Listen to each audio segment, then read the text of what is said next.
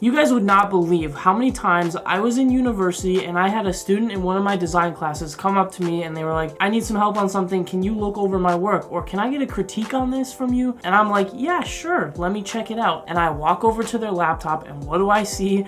I see the most horrendous looking Illustrator setup I've ever seen in my life. And it just makes me want to die a little bit inside. It really does. So I figured if I see this enough in my university, then I know some of y'all got some jank as heck Illustrator setups. And I'm here to fix that for you and show you what Illustrator setup I've been using for the past 4 years to produce all my design work and have everything seamless and working well. So let's hop right into Illustrator, shall we? We shall. Alright guys, let's start off by creating a new file so we can get to our setup screen. I'm just gonna do, I don't know, an 8.5 by 8.5, that should be fine. Alright, so this is kind of the setup here that you see right now that we're using, but I am going to kind of show you what you may be on right now. So if you go up into this top right corner here, there's a little icon that says Switch Workspace, and right now I'm in Essentials Classic. Some of you guys might be in Essentials or one of these other ones, so if it looks something more like this, you're in the wrong spot. I always recommend immediately when you have Illustrator for the first time, open up Essentials Classic. It's gonna give you more tools and it's just gonna be better. So once you're in that, let me go over some of the windows I have and the functionality that I think they bring to the table and why you should have it like this. So first and foremost, I have the properties panel on the far right, and this takes up a good portion of the screen, and the reason we need such a large space for that is, let's say I'm creating a shape like this. I don't know, we got another shape or something like that. As you can see, the properties panel likes to change depending on the stuff that you have on the screen and what you're selected and the tool that you use and whatnot, but it's super useful to have all this open because not only do you have some transform information, but you have your information for your fill, your stroke, opacity,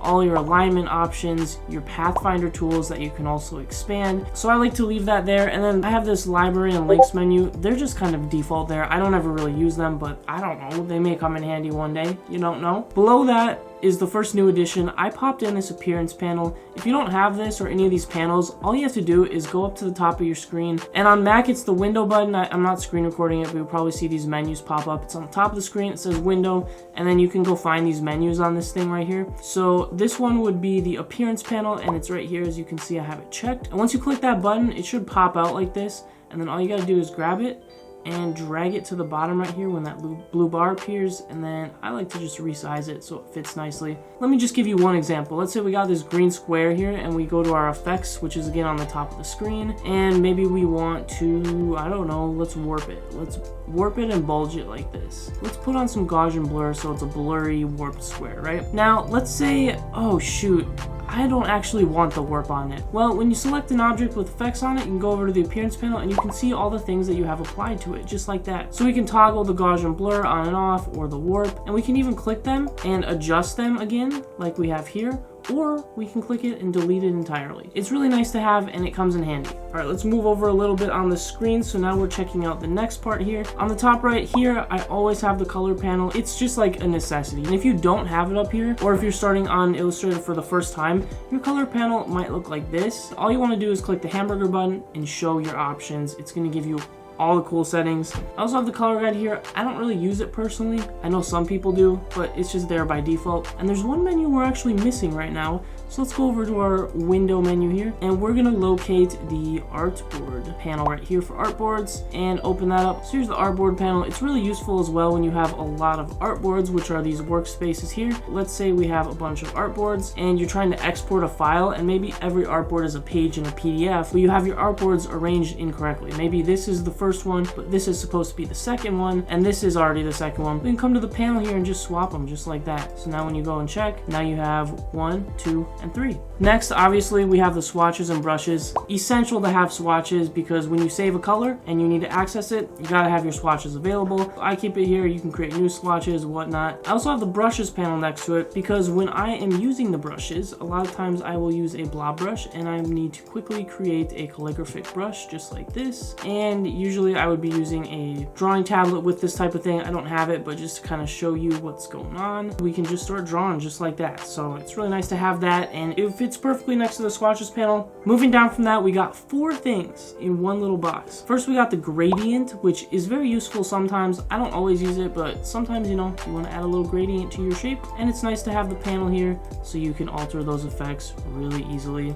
The next one here is transparency, which is usually the one I have open by default. It's a nice one to have because you can select a shape, and let's say you need to change the transparency. So maybe your shape is like this, and you're like, oh, I want to change it to screen. Now you can have that screen effect with the transparency and do stuff like that, you know what I'm saying? It's also handy for a different technique that not a lot of people do on Illustrator, but let me show you an example. So let's say we got this square here and we want to draw inside of the square. Well, what we can do is copy the shape and paste it in front. So now we have 2 shapes and one's on top of the other. We can take this shape and maybe illustrate some sort of shading onto that object. Well, we can darken it and then click make mask, go over to the mask here and go to like a brush or something and grab a white, and check this out. So you can draw in a shape and then boom, now you have a mask around that and you can make shadows. We also got the paragraph and the character panel. The main things that I use the paragraph panel for is for this hyphenate button, because a lot of the times if you're writing a paragraph like this, for example, you see how there's these hyphen dashes? I personally don't like them, and what you can do with the paragraph panel, just hit the uncheck button and get rid of those in your paragraph and it looks so much cleaner. We also have the character panel, and sometimes these bottom things can be helpful. I personally don't use it a whole lot, but there are some times where it does come in handy. Next, we have the classic, the layers panel. You gotta have your layers panel so that you can add new layers and adjust things on your layers and all that cool stuff. It's essential. I like to keep it down here. Now, the last couple things that I have on here are these things on the side, and these are little hovering things. This one here is an image trace. Sometimes you need to image trace something, and it's nice to have the panel around to do that, but since I don't really use it a whole lot, I kind of just keep it tucked over here on the side of the screen, just chilling like that. These ones here can be kind of useful, so we have document info. It's a really specific reason why I need this. Let's say I'm creating a circle, and I need to know the exact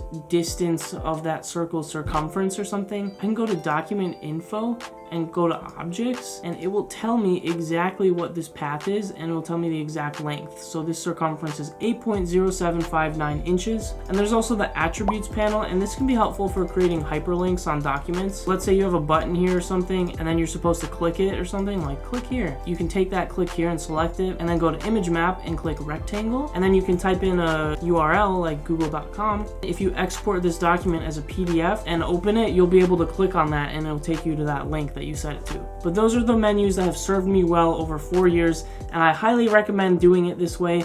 It has streamlined all my work process and made everything a whole lot easier. If you liked the tutorial, hit me with a like and subscribe if you're interested in more videos like this. I talk about Illustrator stuff, design stuff, and just all kinds of cool things over on the channel. So that's my pitch to you. Have a good day, and I'll catch you on the next one. Peace. Pressing the hamburger menu and hitting new brush, and you're gonna want to choose a calligraphic brush. Open that up, and now you'll get some options, and then the ones that you really